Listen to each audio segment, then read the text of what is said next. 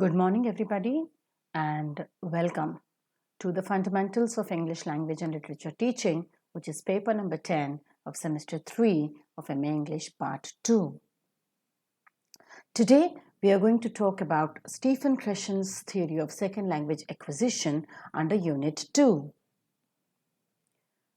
We already are in the discussion of the theories of language learning. We started the discussion with behaviorism, then proceeded to cognitivism, and tend to discuss innate language hypothesis, interlanguage hypothesis, error analysis, and contrastive analysis hypothesis as the mentalistic theories, which are the offshoots of cognitivism.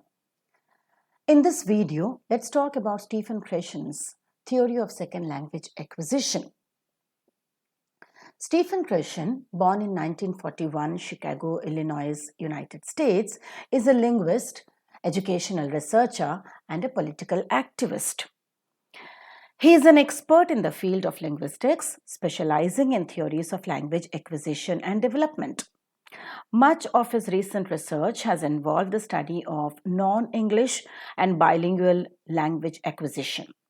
During the past 20 years, he has published well over 100 books and articles and has been invited to deliver over 300 lectures at various universities throughout the United States and Canada. Krashen's widely known and well-accepted theory of second language acquisition has had a large impact in all areas of second language research and teaching since the 1980s.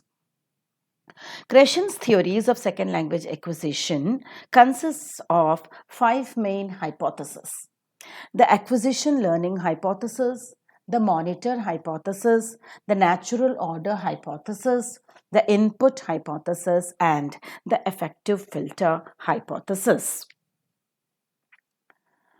The very first hypothesis is the acquisition and learning hypothesis. The acquisition-learning distinction is perhaps the most fundamental of all the hypotheses put forwarded by Krashen, that is maximum discussed. It states that adults have two distinct and independent ways of developing competence in second language. The first way is language acquisition. It is a process similar, if not identical, to the way children develop ability in their first language. Language acquisition is a subconscious process. Language acquirers are not usually aware of the fact that they are acquiring language, but are only aware of the fact that they are using the language for communication. The result of language acquisition, acquired competence, is also subconscious. Learners are generally not consciously aware of the rules of the language that they have acquired. Instead, they have a feel, in inverted commas, feel for correctness. Grammatical sentences sound right or feel right, and errors feel wrong, even if learners do not consciously know what rule was violated. Other ways of describing acquisition include implicit learning, informal learning, and natural learning. In non-technical language, acquisition is picking up of a language. The second way to develop competence in a second language is by learning a language.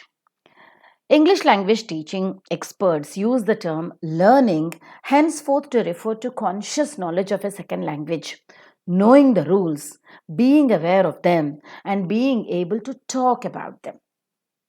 In non-technical terms, learning is knowing about a language, known to most of the people as grammar or rules that we learn in the second language situation of teaching and learning at schools and colleges. Some synonyms include formal knowledge of a language or explicit learning. Acquisition is implicit and subconscious, while learning is explicit and conscious. Acquisition is always in the informal situations and uses grammatical rules which are felt or known automatically in acquisition. But learning has formal situation and uses the grammatical rules learnt in the informal situations and formal situations. Acquisition depends upon the attitude, and stable order of acquisition is formed in it. while learning depends upon aptitude and slowly progresses from simple to complex order of learning. Acquisition always is natural in the natural surroundings, whereas learning is artificial in the surroundings of schools and colleges, learnt in the form of rules. Some second language theorists have assumed that children acquire while adults can only learn. So, language is learned through natural communication order, and second language learning should become second language acquisition slowly. The second hypothesis presented by Krashen is monitor hypothesis. While the acquisition learning distinction claims that two separate processes coexist in the adult, it does not state how they are used in second language performance. The monitor hypothesis posits that acquisition and learning are used in very specific ways. Normally, acquisition initiates the utterances in a second language and is responsible for the fluency of the speaker. While learning has only one function, and that it is a monitor or editor. The monitor hypothesis implies that formal rules or conscious learning play only a limited role in second language performance. These limitations have become even clearer as research has proceeded in the last few years. Conscious learning is available only as a monitor because much emphasis in learning is given to the rules of the language, which can alter the output of the acquired system before or after the utterance is actually spoken or written. It is the acquired system which initiates normal, fluent, and speech utterances. Use of the conscious monitor thus has the effect of allowing performers to supply items that are not yet acquired. Individual variation in monitor uses three different types of monitoring. Number one, monitor overusers, where learners attempt to monitor all the time their speech or the output. Second is monitor underusers, where learners prefer not to use their conscious knowledge about the rules of the language at all, while in speech or in writing. Number three is optimal monitor users, where learners use the monitor appropriately. According to Krashen, the role of the monitor is or should be minimum or optimum. To summarize this, monitor use results in the risk in rank of items that are late acquired in the natural order. Items there the performer has learned but has not acquired.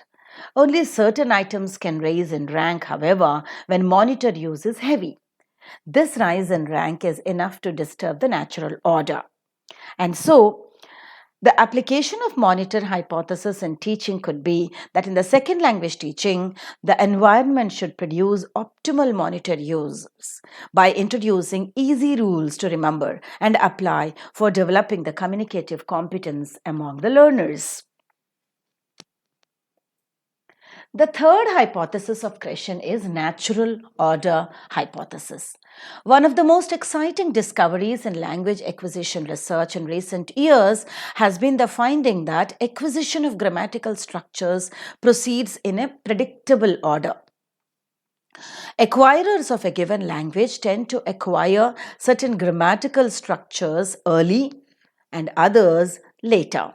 The agreement among individual acquirers is not always 100%, but there are clear, statistically significant similarities. Like language is always acquired in the natural order of listening first, speaking then, reading later, and writing much later, as one observes a child acquiring their mother tongue. Many a times in the second language learning, this natural order is violated. Emphasis is given to the writing skills and a little to the reading skills. Very less emphasis is on speaking and listening skills. Because of this disturbed natural order hypothesis of learning a second language, the second language learning looks very difficult. English is perhaps the most studied language as far as the natural order hypothesis is concerned. Accordingly, the syllabus is carefully selected, graded at all levels, and introduced carefully to make learning a language as acquiring it. The fourth hypothesis presented by Krashen is the input hypothesis. The input hypothesis answers the question of how one acquires a language. Given the correctness of the natural order hypothesis, how does one move from one stage to another? If an acquirer is at stage 1, how can he progress to stage 2? More generally, how does one move from stage I, as you could see in the slide, small I, where I represents current competence, to I plus 1, the next level? The input hypothesis makes the following claim. A necessary but not sufficient condition to move from stage I to stage I plus 1 is that the acquirer understands input that contains I plus 1, where, in inverted commas, understand means that the acquirer is focused on the meaning and not the form of the message. Hence, the learner acquires, in other words, only when he or she understands language that contains structure that is a little beyond what he or she has learnt, where he or she is now. How can one understand language that contains structures that one has not yet acquired yet? The answer to this question apparent paradox is that the learner uses more than his or her linguistic competence to help them understand. Moreover, the use of context, knowledge of the world, extra-linguistic information helps the learners understand language directed to them. And hence, the input hypothesis runs that the input hypothesis relates to acquisition and not learning. And the learner acquires by understanding language that contains structure a little beyond their current level of competence, as we discussed, I plus 1. This is done with the help of context or extra-linguistic information. When communication is successful, when the input is understood and there is enough of it, I plus 1 will be produced automatically. Production ability emerges. It is never taught linguistically in a classroom, but is acquired automatically. The implication of input hypothesis for teaching is that Krashen suggests that natural communicative input is the key to designing a syllabus. The type of syllabus in the input hypothesis is suitable for communicative language teaching approach and cooperative learning approach, thereby producing communicative competence among the learners. The fifth hypothesis presented by Krashen is the effective filter hypothesis. It states how effective filters relate to the second language acquisition process. Most of the filters are studied in 3 categories. Number 1, motivation. Number 2, self-confidence. And number 3, anxiety. Motivation is that the performance with high motivation generally do better in second language acquisition. Usually, but not always. Self-confidence claims that performance with self-confidence and a good self-image tend to do better in second language acquisition. And anxiety states that low anxiety appears to be conducive to second language acquisition, whether measured as personal or classroom anxiety. In several places, it is hypothesized that these attitudinal factors relate directly to the acquisition and not learning, since they tend to show stronger relationships to second language achievement when communicative type tests are used, tests that tap the acquired rather than the learned system, and when the students taking the test have used the language in acquisition-rich situations where comprehensible input was plentiful. The effective filter hypothesis captures the relationship between effective variables and the process of second language acquisition by positing that acquirers vary with respect to the strength or level of the effective filters. It is still maintained that input is the primary causative variable in second language acquisition. Effective variables acting to impede or facilitate the delivery of input to the language acquisition device is noteworthy. The filter hypothesis explains why it is possible for an acquirer to obtain a great deal of comprehensible input. The input hypothesis and the concept of effective filter define the language teacher in a new way. The effective language teacher is someone who can provide greater input and help the learners to make it comprehensible in a low anxiety situation. Krashen's view on the role of grammar is very interesting at this point. According to Krashen, the study of the structure of the language can have general educational advantages and values that high schools and colleges may want to include in their language programs.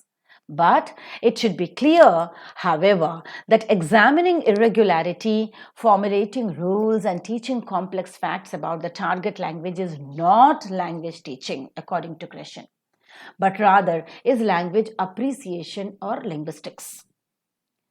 So, what is important in language acquisition, especially a second language acquisition, is fluency of the language and the use of the language in various situations using various functions of language, rather than impeding the improvement or the acquisition of language, falling a prey to accuracy and teaching over grammar.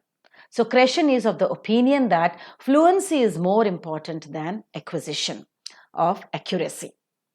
The acquisition of the language automatically, with all these 5 points of hypothesis that he has put forward, it is more important than teaching grammar to the students and impeding the development of the language fluency with accuracy.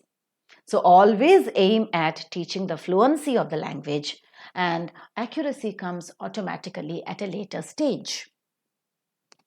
So, according to Krashen, the best methods are those that supply comprehensible input in low anxiety situations containing messages that students really want to hear. These methods do not force early production in the second language but allow students to produce when they are ready. Recognizing that improvement comes from supplying communicative and comprehensible input and not from forcing them and correcting for the production by over teaching grammar. Slowly, while discussing the theories of language learning, we moved from behaviorism that talks about stimulus giving rise to response and adherence to strict grammatical teaching to Krashen's theories of language learning, where communicative competence is more important than the linguistic competence. Fluency is more important than the accuracy. Thank you for being a part of this video. Stay tuned for the next videos.